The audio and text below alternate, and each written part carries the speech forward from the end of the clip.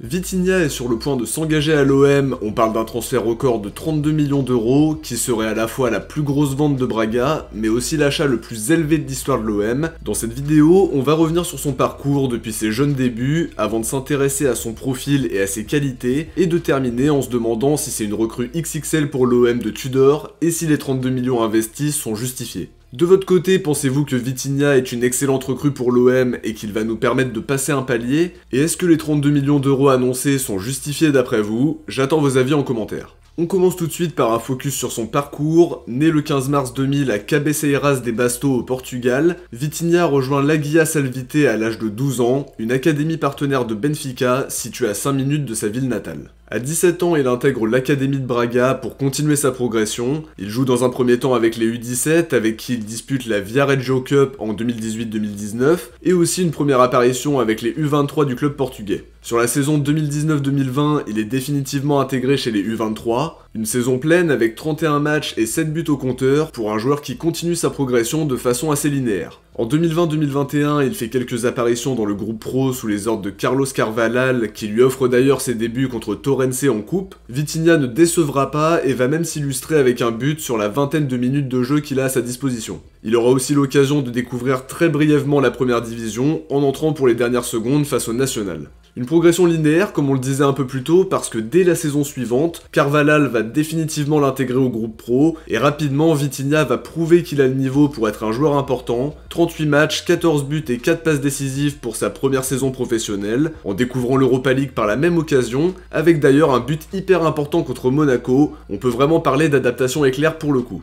Sur la première partie de saison, il a joué 27 matchs pour 13 buts et 5 passes D, en s'illustrant contre l'Union Saint-Gilloise en Europa avec un triplé, une saison dans la lignée de ce qu'il a montré la saison précédente. Il était très convoité avec des offensives de Brighton et de Southampton, mais il va bien s'engager à l'OM. Ojogo parle de 32 millions d'euros, avec comme objectif de pouvoir échelonner le paiement, ce qui est pas possible quand tu lèves la clause libératoire. Mohamed Bouafsi a annoncé un accord de principe entre les deux clubs, et le joueur est arrivé à Marseille aux alentours de 18h. Sur son parcours international maintenant, il a fait ses premiers pas sous le maillot portugais chez les U18 de Felipe Ramos, avec qui il a eu l'occasion de jouer 3 matchs amicaux. Il est international U21 depuis novembre 2021 sous les ordres de Rui Jorge, 5 sélections pour 3 buts et l'ambition d'aller chercher une place en sélection portugaise. Avec l'exposition qu'il aura à l'OM, il pourra clairement se rapprocher de sa première sélection.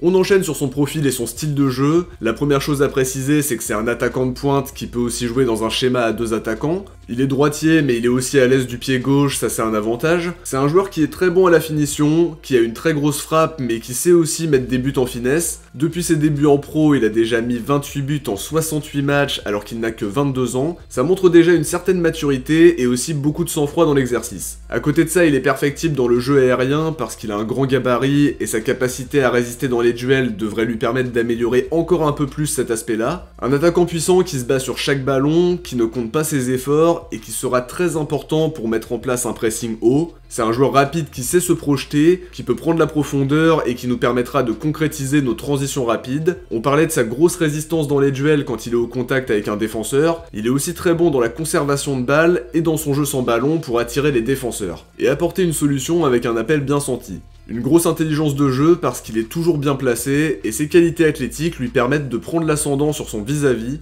Il apporte beaucoup de solutions, que ce soit en étant en soutien ou alors en prenant la profondeur. C'est aussi un joueur qui paraît totalement OM compatible, surtout dans l'OM version Tudor, parce qu'il harcèle les défenseurs grâce à son agressivité et son pressing constant. Ça me permet de faire la passerelle sur la principale question de la vidéo, est-ce que l'OM réalise un coup XXL sur le marché des transferts en faisant signer Vitinha? La première chose sur laquelle je veux revenir, c'est le montant de l'opération. Ojogo parlait de 32 millions d'euros et ça a été plus ou moins confirmé par tous les médias. Comme on l'a dit, l'objectif c'est d'échelonner le paiement sur plusieurs années. L'investissement est important parce que c'est le plus gros transfert de l'histoire de l'OM et aussi la plus grosse vente de l'histoire de Braga. Un montant impressionnant mais qui sera amorti sur plusieurs saisons avec les fameux paiements échelonnés. Et si on regarde le prix global, c'est le prix à payer pour avoir un neuf efficace qui t'apporte quelque chose tout de suite. C'est un jeune joueur qui a été convoité, qui n'a que 2 saisons en pro, mais qui a fait quand même 2 saisons de qualité, qui ont finalement confirmé les espoirs placés en lui quand il jouait avec l'équipe B de Braga. Il avait des prétendants comme Brighton et Southampton qui ont l'argument de la première ligue, mais il a fait le choix de venir à l'OM et c'est déjà un signal hyper positif. C'est un recrutement qui n'est pas si risqué par rapport à l'échelonnement, et au vu de sa cote sur le marché, ça ressemble à un très gros coup réalisé par la direction après l'échec Mofi.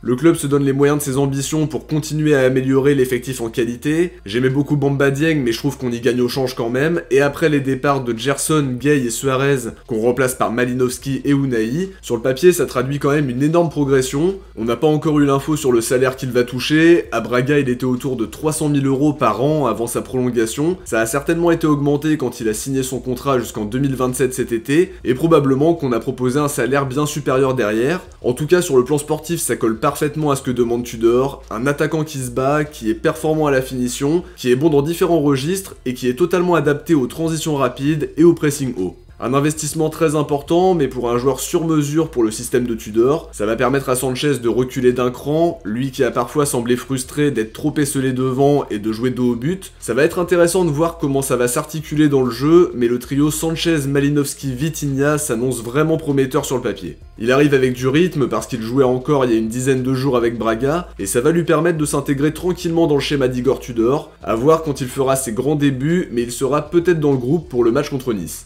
C'est un joueur qui peut apporter tout de suite, mais qui a aussi un gros potentiel à confirmer. Ses 2 premières saisons en pro ont été plus qu'encourageantes, et on espère que sa carrière marseillaise le sera encore plus. Ça montre une nouvelle fois que la direction a des ambitions sur le marché des transferts, et surtout que ça bosse vraiment très bien en interne, en allant chercher des profils totalement adaptés à notre style de jeu, et qui nous auraient échappé à l'époque, parce que c'est clairement le genre de joueur qui aurait fini à Benfica, et qui serait parti à une somme folle l'été d'après. Ça montre que l'OM est toujours attractif, et certainement beaucoup plus que ces dernières années, et clairement sur le papier, le recrutement de Vitinha semble être un coup XXL pour le mercato marseillais. Comme je le dis à chaque présentation, c'est la réalité du terrain qui va parler, et on peut jamais vraiment prévoir la réussite d'un joueur parce que ça dépend de beaucoup de choses, mais c'est plus facile de s'intégrer quand une équipe tourne bien, et c'est le cas cette saison. Il y aura évidemment de très grosses attentes placées en lui, parce qu'on sait que les attentes sont proportionnelles à l'investissement, mais il aura certainement besoin d'une petite période d'adaptation. Il a connu que le championnat portugais, et il va quitter son club formateur pour la première